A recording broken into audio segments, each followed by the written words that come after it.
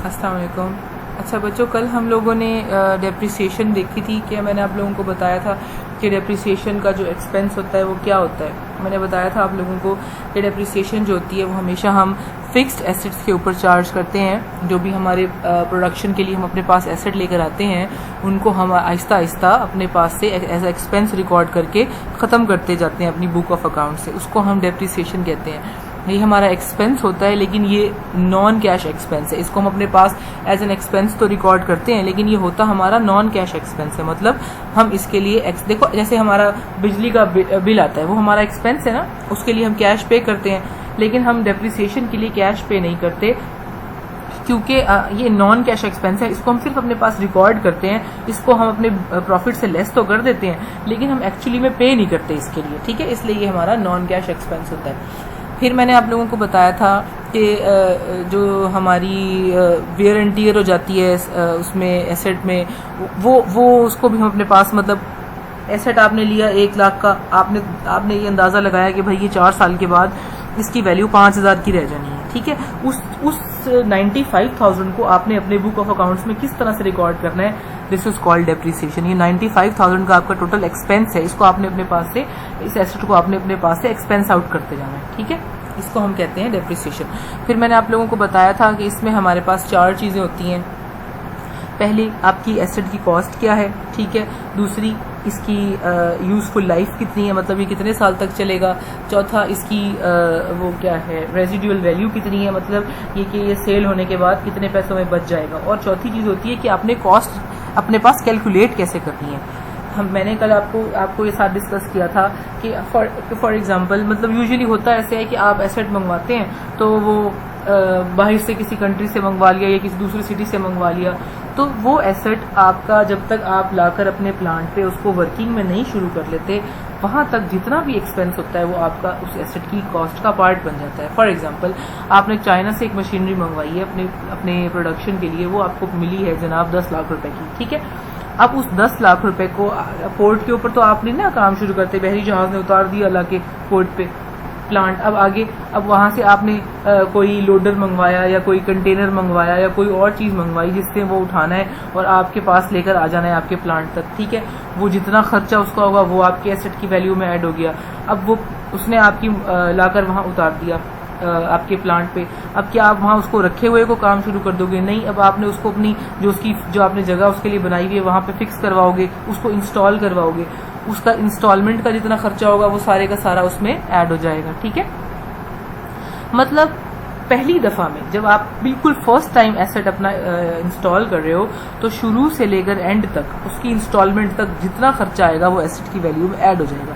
For example, हमारे 10 लाख का asset था, 2 लाख रुपए हमसे ले लिए कंटेनर वालों ने हमारे प्लांट तक पहुंचाने में। अब एसेट कितने का हो गया? 12 लाख का। फिर आपने ये देखा कि उसको इंस्टॉल करने के लिए आपको इंजीनियर बुलवाना पड़ा, उसके इंजीनियर ने जो ना आपसे 1 लाख रुपए उसकी फीस और चीजें चार्ज कर दी। अब एसेट कितने का हो गया? 13 लाख रुपए का।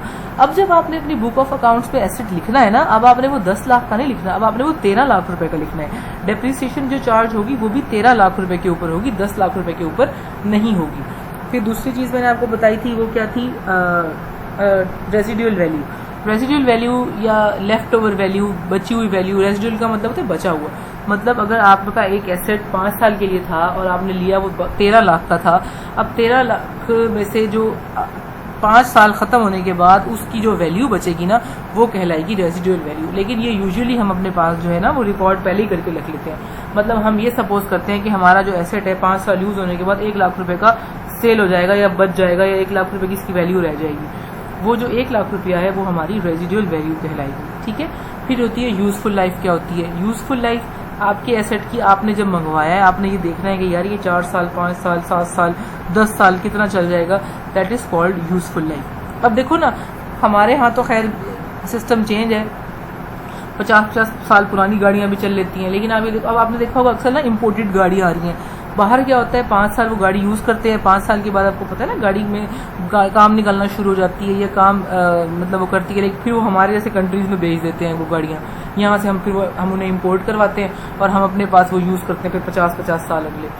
लेकिन वो लोग 5 साल के बाद उसको कर देते हैं, ख़त्म कर देते हैं। तो ये सिस्टम होता है कि आपने यूज़फुल लाइफ उसने अपनी गाड़ी की या अपने एसेट की पहले ही अपने पास डिटर्मिन कर लिया कि भाई ये 5 साल चलेगी, इसके बाद उसको हम जो भी करना है इसको कर देना है। मतलब देखो ना, 5 साल उन्होंने अपनी वैल्यू भी पूरी करते हैं और उसके बाद उसको सेल करके उससे भी प्रॉफिट अर्न कर लेते हैं। चीज़ तो एक यूज़ हो गई ना आपकी। अच्छा, फिर क्या था, बस फिर यही था जो कल का लेक्चर था। अच्छा, अब आगे देखो, अब हमें पता चल गया जी एसेट की कॉस्ट कैसे निकालते हैं, हमें ये पता चल गया उसकी यूजफुल लाइफ क्या होती है, हमें ये भी पता चल गया उसकी रेजिडुअल वैल्यू क्या होती है। अब हमने ये देखना है कि हमने इसको किस मेथड के अंदर डेप्रिसिएट करना है एसेट को, ठीक है। अब डिफरेंट मेथड है, डिफरेंट मेथड इसलिए है क्योंकि हर कंपनी के पास जो एसेट होते हैं वो डिफरेंट टाइप के होते हैं। कल मैंने आप लोगों को कंप्यूटर्स की एग्जांपल दी थी कि फॉर एग्जांपल कोई आईटी वाला बंदा है, ठीक है, तो उनके पास जो एसेट्स होंगे वो डिफरेंट होंगे और उनके एसेट्स बहुत ही वल्नरेबल होंगे, मतलब वो जल्दी जल्दी चेंज होते रहते हैं, जैसे मार्केट वैल्यू बहुत जल्दी जल्दी चेंज हो जाती है, तो उनके एसेट्स जो है वो डिफरेंट होंगे। कोई ऐसा बंदा जो पेप्सी कोक बना रहा है उसका एसेट डिफरेंट होगा, कोई ऐसा बंदा जो कपड़ों की मशीनरी है जिसके पास वो अलग होगा। मतलब हर बिजनेस के हवाले के हिसाब से एसेट की जो है वो टाइप डिफरेंट होती है, इसलिए हम अपने पास डिफरेंट डेप्रिसिएशन के मेथड्स रखते हैं ताकि उन एसेट के अकॉर्डिंगली हम अपने पास उनको रिकॉर्ड कर सकें उसकी डेप्रिसिएशन को। सबसे पहला है जी, इसमें ना ये काफ़ी सारे मेथड दिए हैं, हमने सिर्फ 4 मेथड करने हैं। सबसे पहला है जी स्ट्रेट लाइन या फिक्स्ड इंस्टॉलमेंट। इसको स्ट्रेट लाइन या फिक्स्ड इंस्टॉलमेंट इसलिए कहते हैं क्योंकि इसमें जो डेप्रिसिएशन का एक्सपेंस होता है वो फिक्स रहता है, स्ट्रेट रहता है, मतलब एक ही लाइन पे चलता रहता है, फिक्स रहता है, बार बार चेंज नहीं होता, इसलिए इसको कहते हैं फिक्स्ड इंस्टॉलमेंट या स्ट्रेट लाइन मेथड, ठीक है। ये अभी कैसे करते हैं मैं आपको बताती हूँ आगे ना, कि फॉर्मूलाज होते हैं। ऐसी कंपनीज जिनके एसेट बहुत ज़्यादा टेक्नोलॉजी ओरिएंटेड या बहुत ज़्यादा ऐसे नहीं होते कि जो मार्केट में जिनकी वैल्यू बहुत ज़्यादा चेंज होती रहे, वो लोग usually straight line method use करते हैं, ठीक है। फिर होता है जनाब डिक्लाइनिंग चार्ट। इसको कहते हैं, डिक्लाइन का मतलब है कम होना, मतलब आपने एक एसेट लिया, इसमें होता है कि आपने एक परसेंटेज मुकर्रर कर ली होती है कि भाई इस परसेंट के ऊपर हमने अपना एसेट को वो करना है, डेप्रिसिएट करना है, ठीक है। 10%, 20%, 30%, जो भी आपको लगता है कि भाई हमारा एसेट जल्दी ख़त्म होने वाला है तो उसको ज़्यादा कर लेते हैं, कम होने वाला है तो कम कर लेते हैं। उसके बाद उसके बाद आता है सम ऑफ ईयर डिजिट मेथड। इस मेथड में ये होता है जनाब कि आपने जितने भी साल यूजफुल लाइफ है ना उसको आपस में जमा कर लेना है। फॉर एग्जांपल आपकी लाइफ है 5 साल, तो आपने जमा करना है 1 जमा 2 जमा 3 जमा 4 जमा 5। आपके पास सम ऑफ ईयर आ गया, मतलब जितने भी ईयर्स थे उनका सम निकल आया। अब आपने पहले साल की करनी है तो 1 डिवाइडेड बाय सम जो आया है मल्टीप्लाई बाय आपके एसेट की वैल्यू, तो आपकी डेप्रिसिएशन निकल आएगी पहले साल की, फिर दूसरे साल की, तीसरे साल की, इस तरह से आपने अपनी उसकी यूजफुल लाइफ की निकाल लेनी है। बस ये 4 आप लोगों ने करने हैं, बाकी आपके काम के नहीं है, लेकिन ये भी बस देख लो, ये भी इतने सारे मेथड्स होते हैं।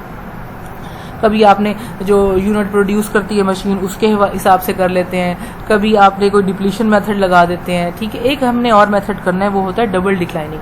डबल डिक्लाइनिंग मेथड में ये होगा कि जो रेट होता है ना डिक्लाइनिंग का, उसको मल्टीप्लाई कर देते हैं 2 के साथ। फॉर एग्जांपल अगर आपका 20% रेट था डिक्लाइनिंग मेथड का और आपने डबल डिक्लाइनिंग के अंडर डेप्रिसिएशन करनी है, तो वो डिक्लाइनिंग मल्टीप्लाई बाय 2, मतलब 20 मल्टीप्लाई बाय 2 हो जाएगा। 40 के रेट से आपने उसको डेप्रिसिएट करना है।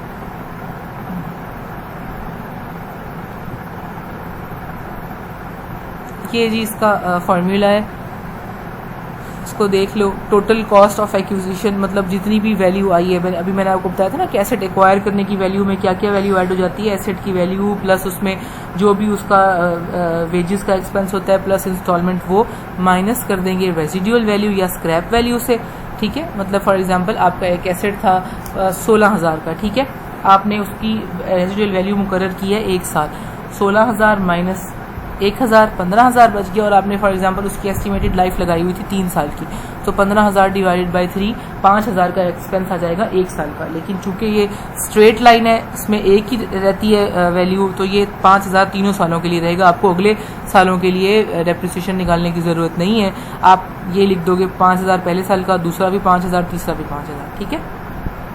स्ट्रेट लाइन मेथड है ना, जो आपकी वैल्यू है वो सेम रहती है, कुछ भी नहीं है इसमें मुश्किल, सिर्फ सिंपल सा फॉर्मूला है, वो आपने याद करना है और उसको आपने चेंज करते जाना है, वैल्यू डाल के चेंज करते जाना है। हाँ जी, इसके एडवांटेजेस देख लें। Simple, easy to understand and to apply. Simple है, जितनी भी एसेट की कॉस्ट है उसमें से रेजिडुअल वैल्यू माइनस कर दोगे divided by number of years, ठीक है। हाँ जी, यूनिफॉर्म चार्ज। यूनिफॉर्म का मतलब होता है कि एक जैसा आपने एक्सपेंस अपने सालों में शो करना है, ठीक है। हाँ जी, और ओरिजिनल कॉस्ट, जो आपकी ओरिजिनल कॉस्ट होती है उसको पूरी लाइफ टाइम के लिए, जो जितने भी मतलब पूरी से मुराद जितनी भी एसेट की लाइफ है उसमें रिकॉर्ड करते हैं, ठीक है। हाँ जी, फिर है जनाब इसके डिसएडवांटेजेस क्या होते हैं, ये देख लेते हैं हम। अच्छा, इसके हमने एडवांटेजेस देख लिए, अब डिसएडवांटेज देखें कि इसमें क्या होता है कि फॉर एग्जांपल आपका एसेट शुरू में आता है तो उसकी प्रोडक्शन ज़्यादा होती है पहले दूसरे सालों में, आगे जाकर उसकी प्रोडक्शन कम हो जाती है, लेकिन हम उसका एक्सपेंस जो है वो उसकी एक ही रिकॉर्ड कर रहे हैं, फिक्स्ड रिकॉर्ड कर रहे हैं, हम चेंज नहीं कर रहे। तो हो सकता है पहले साल में उसने प्रोडक्शन ज़्यादा की हो, उसका एक्सपेंस ज़्यादा बनता हो, लेकिन हमने कम रिकॉर्ड कर लिया अपने पास, ठीक है। हाँ जी, ये देखो ना, ये इसमें कि उसकी अगले सालों में उसकी जो है वो एफिशिएंसी जो है वो डिक्लाइन हो जाती है, लेकिन हम अपने पास एक्सपेंस को डिक्लाइन नहीं करते, हम एक्सपेंस को वही रिकॉर्ड करते हैं जो पहले साल में था।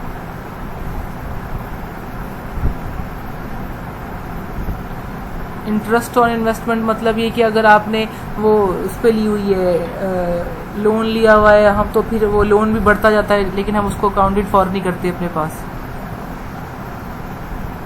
हाँ जी,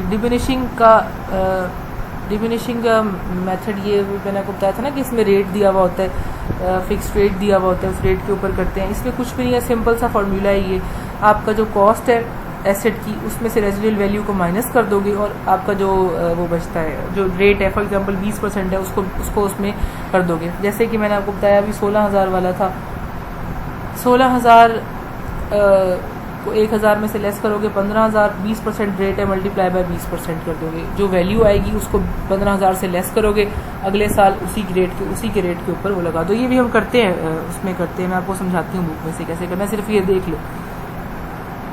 एडवांटेजेस क्या है, सिंपल मेथड है और कोई इसमें ज़्यादा इशू नहीं होता। दूसरा ये है कि ये ज़्यादा यूज़ होता है मेथड, क्योंकि एसेट, वही मैंने आपको बताया ना कि एसेट शुरू में ज़्यादा उनकी एफिशिएंसी होती है, आहिस्ता आहिस्ता उनकी एफिशिएंसी डिक्लाइन कर जाती है, तो फिर हमने उसी के अकॉर्डिंगली अपने पास एक्सपेंस चार्ज करना होता है। बस रेट का थोड़ा इसमें इशू होता है कि आप कौन सा रेट लगाएं। मैंने आपको बताया ना अभी, एसेट का शुरू में उसको देखना कि एसेट की टाइप क्या है, टेक्नोलॉजी तो नहीं चेंज हो जाएगी, वो चीज़ डिटरमिन करती है एक्चुअली कि आपने अपने पास जो है वो डिप्रिसिएशन का मेथड कौन सा लगाना है। दूसरा मेथड है सम ऑफ ईयर डिजिट मेथड। इसमें क्या करना होता है आपने कि जितने भी आपके सम ईयर्स हैं उनको जमा कर लोगे, उसके बाद उसको ये देखो ना, सम ऑफ और इन ईयर्स को जमा कर दोगे, original cost less scrap value, वही 16,000 की एग्जांपल लो, 16 में से 1,000 लेस कर दोगे, स्क्रैप वैल्यू का डिवाइड कर दोगे उसको सम ऑफ ईयर जो आपके थे उसके ऊपर। ये करते हैं अभी हम, इसको देख लो। बस ये हमने ये चीज़ करने हैं। जो डबल डिक्लाइनिंग होगा उसमें फ़र्क ये होता है कि जो रेट होगा उसको हम मल्टीप्लाई कर देंगे 2 के साथ, तो हमारा उसका रेट आ जाएगा, ठीक है।